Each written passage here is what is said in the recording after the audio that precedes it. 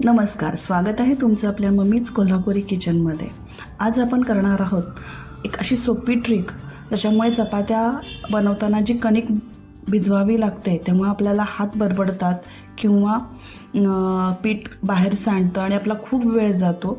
बऱ्याच जणांना कणिक भिजवणं बोरिंग वाटतं, पण चपात्या करायच्या तर कणिक भिजवावीच लागेल। त्यासाठी मी एक सोपी ट्रिक सांगणार आहे ज्याच्यामध्ये मशीनचा आणि हाताचा दोन्हीचाही वापर होणार नाही आणि अगदी 2 ते 3 मिनिटात आपली कणिक भिजवून होईल। त्यासाठी व्हिडिओ अगदी शेवटपर्यंत बघा, म्हणजे तुम्हाला कळेल की कणिक कशी भिजवायची आणि पोळ्या आपल्या सॉफ्ट होतील। त्यासाठी आपल्याला एक लाटणं लागेल आणि एक खोलगट पातेलं लागेल। जेवढी कणिक भिजवायची त्या प्रमाणात पातेलं घ्या आणि मी इथे 3 कप कणिक घेते आहे। शक्यतो कणिक न चाळता घ्यावी, म्हणजे पूर्ण फायबर आपल्या पोटात जातील, पण कणिक अगदी बारीक दळलेली पाहिजे। चवीनुसार मीठ घाला। आपण 3 कप कणिक घेतलेली आहे, याच्या अर्थी 1.5 कप पाणी लागेल। पण पाणी एकदम घालायचं नाही आहे, हळूहळू थोडं थोडं पाणी घालायचं आहे आणि लाटणं एकाच दिशेला असं फिरवत राहायचं आहे। पाणी अगदी थोडं थोडंच घालायचं आहे। जोपर्यंत कोरडं पीठ आहे तोपर्यंत आपल्याला पाणी घालायचं आहे आणि एकसारखं फिरवत राहायचं आहे। हळूहळू इथे गोळा बनायला सुरुवात झालेली आहे।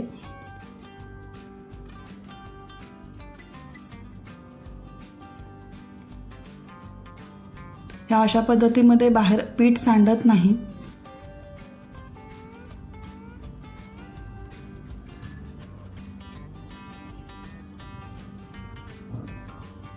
पूर्ण गोळा झालेला आहे।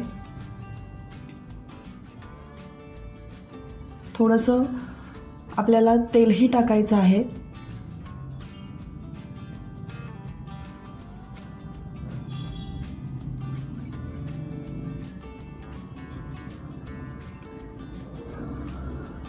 आणि लाटण्यानंच थोडं थोडं आपल्याला चेचायचं आहे पीठ, म्हणजे तितकं सॉफ्ट होईल।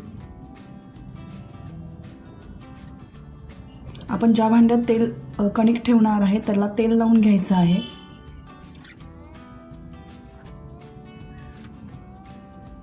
त्याच्यामुळे कणिक कोरडी होत नाही आणि त्याला काळीही पडत नाही। तर कणकेवर थोडंसं तेल टाका। आता एवढा तरी हात लावावाच लागेल आणि व्यवस्थित भांड्याची कणिक पुसून घ्या। एकदम मऊ लुसलुशीत अशी आपली कणिक झालेली आहे।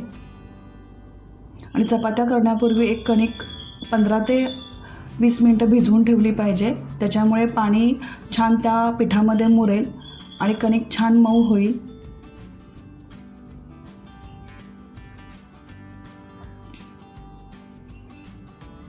तर व्यवस्थित तेल लावून आपल्याला ही कणिक झाकून ठेवायची आहे।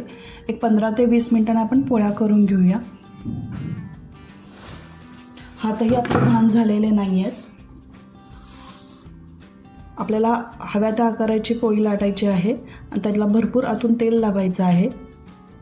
घडीच्या पोळीला आतून तेल लावलं तरच पोळी जास्त छान फुगते आणि हलक्या हाताने आपल्याला ही पोळी लाटायची आहे।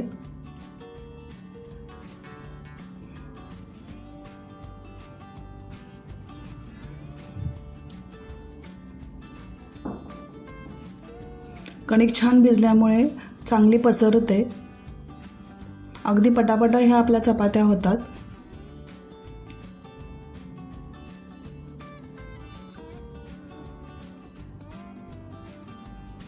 ज्या पद्धतीने पातळ, जाड, जशा गुबगुबीत ज्या पद्धतीने आपल्याला आवडतात त्या पद्धतीने चपात्या लाटून घ्यायच्या आहेत।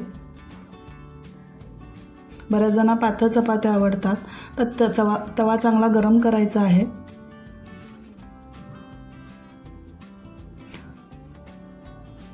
आधी कोरडीच आपल्याला भाजून घ्यायची आहे आणि मग त्याच्यावर तेल लावायचं आहे।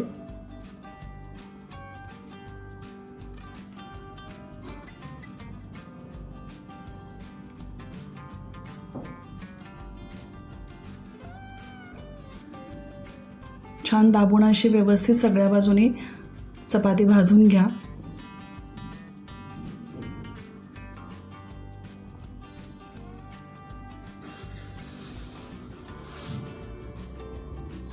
अशा पद्धतीने आपली ही पहिली चपाती भाजून झालेली आहे.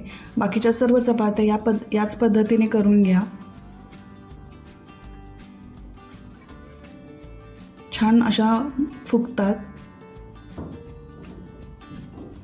हे बघा, अगदी मऊ अशा चपात्या आपल्या तयार झालेल्या आहेत. जर ही तुम्हाला ट्रिक आवडली असेल तर लाईक करा, शेअर करा, कमेंट करा. परत भेटूया अशाच नवीन